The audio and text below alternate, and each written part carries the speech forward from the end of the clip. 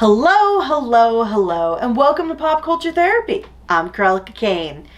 Thank you very much for joining me today. As I promised at the end of my last podcast, I am going to do something that is not heavy.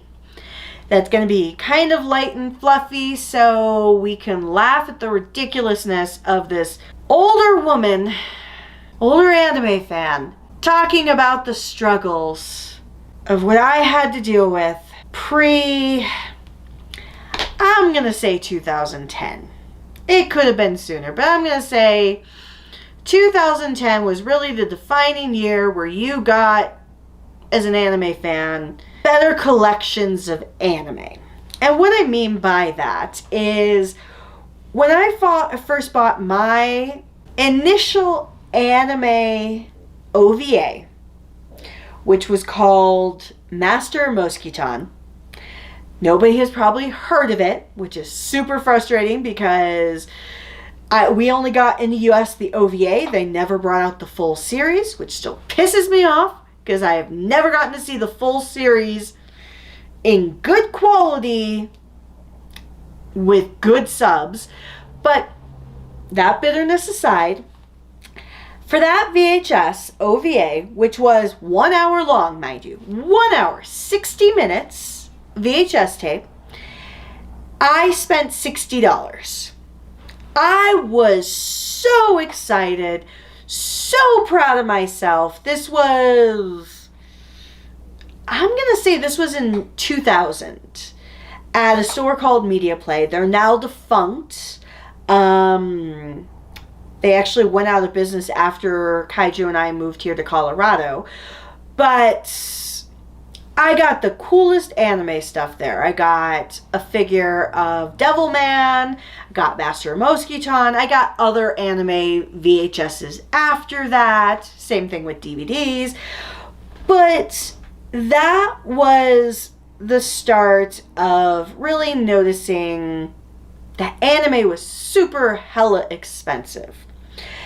And then when I think about it later, when Fruits Basket was coming out in the early 2000s, it was, and this was the original 26 episode series.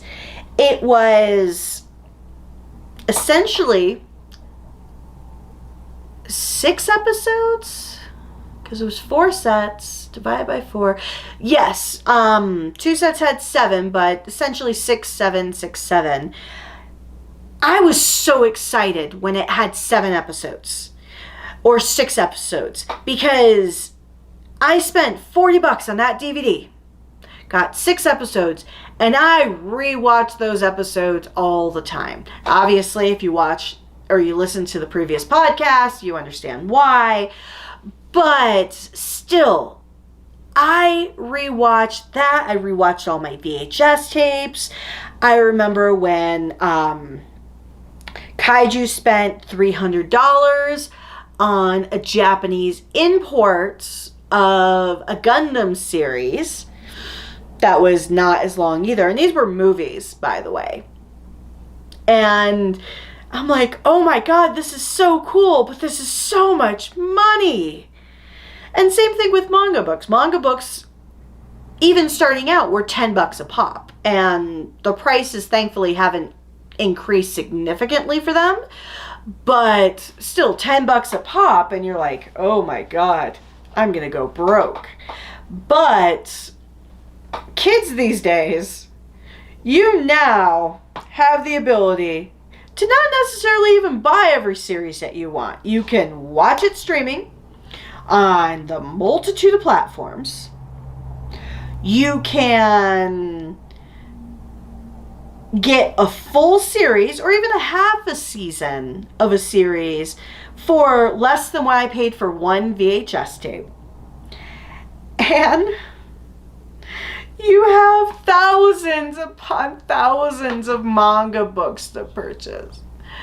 But the reason why I wanted to do this is because, one, I will say back in the 90s and early 2000s, there was the enjoyment of the hunts.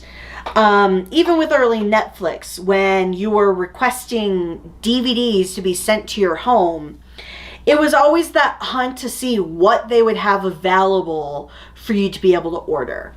And so that was super exciting. I think when Kaiju and I first started dating when we first started hanging out in 2000, and we would go to all of these places to look for DVDs and VHS tapes and everything. Like, I bought the Trunks Saga the day it came out, and it was snowing. And because my friend Miranda and I wanted to watch it so badly, I took the day off from work, walked in the bitter cold because there were no buses to get to where I needed to go, bought the stuff, took it all the way back to her house, and we binged watched the Trunks Sagas. Well, for me, the 2 VHS tapes so many times. And so having that hunt was exciting back in the day. I will say, as I get older, I'm quite thankful not to have to go everywhere in the world, that I can just pull up Rightstuf, Crunchyroll, Amazon, and order the series, because admittedly I prefer to own the anime series I watch. But I have that ease of doing so. The cost of anime is significantly less, because as I was mentioning, with those fruits baskets, I spent essentially, I think altogether, $150 for a 26 episode series. And at that time, because it was broken up in 4 sets, I didn't necessarily think about the cost. Like, there's another series that I have called Trouble Chocolate. I was so excited when I got those DVDs for $25 a piece. I was like, oh my God, this is so cheap. It's so great. And then now looking at series when they're coming out, like, for example, when Kyoka Mao was coming out to Blu-ray, I spent $40 on a 26 episode series. $40. I'm like, how can I pass this up? Or I'm spending like 30, sometimes 25, 30 for a 13 episode series. I really do want to sometimes be that crotchety old person, be like, get off my lawn, you damn kids. But while I can say it's us older fans, like, in my on high perspective, I can always say it's us older fans that made it easier for you younger fans to get the anime to like push and fight to get the anime that you have today for the prices that you have today. But I know in reality, it's all actually because of the younger anime fans being so interested in it from a young age, that it gave these companies that inspiration and interest in saying, we can make a lot of money if we flood the market with a lot more stuff, because we can flood it, sell it for a cheaper price, and make more money because people are going to be buying in larger quantities.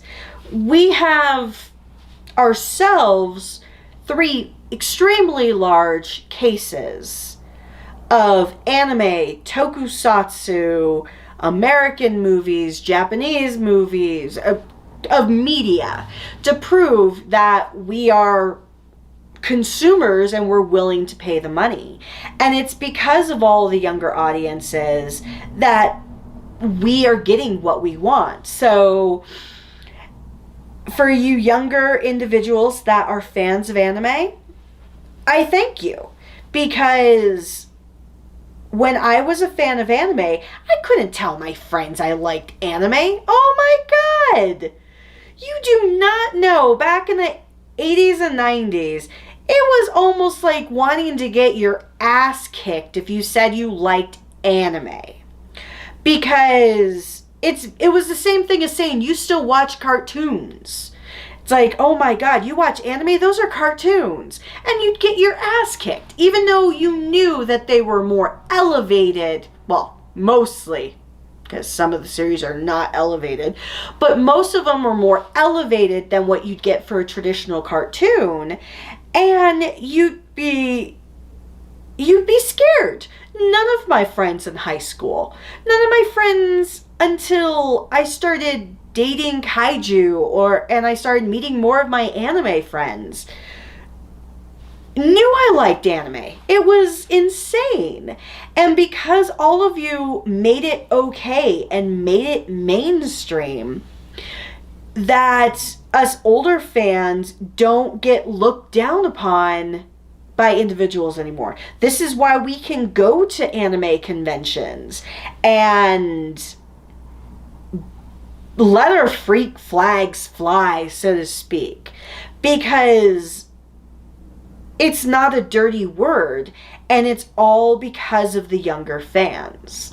So, as someone who may have been one of the advocates for it, buying the VHSs, buying the DVDs, being a consumer in the 90s, yes, I and many older fans helped propel to demonstrate the interest, but it's you younger fans that really kept it alive. And so I honestly say thank you, because it's giving all of us as fans an opportunity to continue enjoying what we love.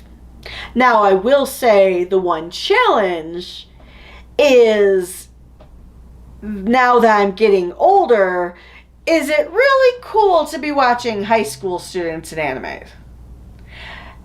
And that's where I laugh sometimes. It's like, what do I think here? Like, do I think it's okay for men who are 60 to be watching Sailor Moon? And in all honesty, it is a show. And as long as they're not doing any creepy things with it, it should be fine. But I think that's the next conversation that really should come up, is getting more adult-oriented animes out there for the audiences as they age. And we're already getting some, and one of the next pop culture therapies I want to do is to talk about the anime series that are truly made for adults. And I mean for older audiences. And it's not in relation to sexual or explicit content. It's really just because of the characters and what they're going through in their own personal stories.